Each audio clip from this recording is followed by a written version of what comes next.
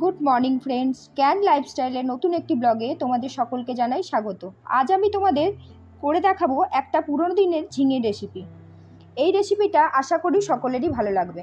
তবে হ্যাঁ, আমার এই রেসিপি শুরু করার আগে আমি সকলকে বলবো আমার এই চ্যানেলটাকে সাবস্ক্রাইব করে নিয়ে পাশে থাকা বেল আইকনটি টিপে দেওয়ার জন্য, যাতে সব রেসিপি তো সবার আগে তোমার কাছে পৌঁছায়।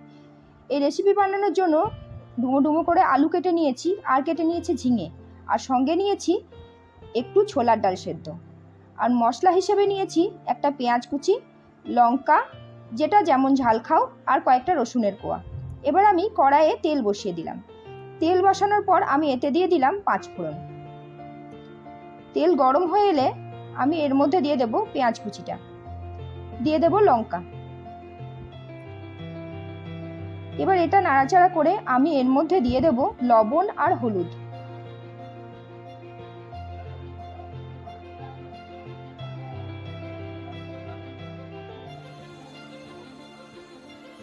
এবার নাড়াচাড়া করতে করতে পেঁয়াজটা একটু নরম হয়ে এলে আমি কেটে রাখা আলুটা এর মধ্যে দিয়ে দেব। আলুটাকে এবারে খুব ভালো করে ভেজে নিতে হবে। আলু নরম হওয়ার জন্য আমি ঢাকা দিয়ে দেব।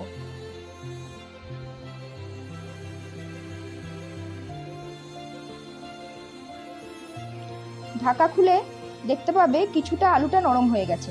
এবার এর মধ্যে আমি কুচোনোর যে রসুনটা ছিল ওটাকে থেতো করে দিয়ে দিলাম।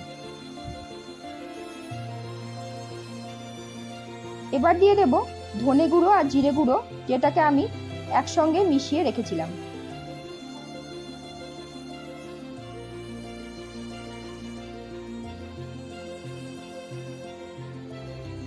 এবার এটাকে ভালো করে ভেজে নেবার পর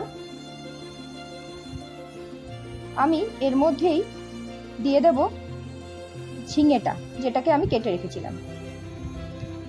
এবার ঝিঙে দেওয়ার পর এটাকে খুব ভালোভাবে নাড়াচাড়া করে নিতে হবে।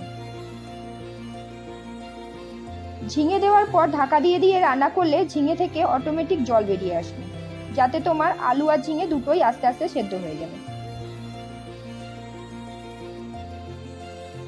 ঝিঙে থেকে দেখো অর্ধেক জল বেরিয়ে গেছে। এর মধ্যে এবার দিয়ে দিলাম ছোলার ডাল সেদ্ধটা।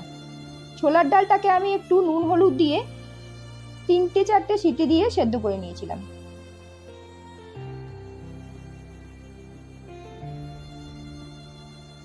এবার এর মধ্যে আমি দিয়ে দেব একটু গরম মশলার গুঁড়ো।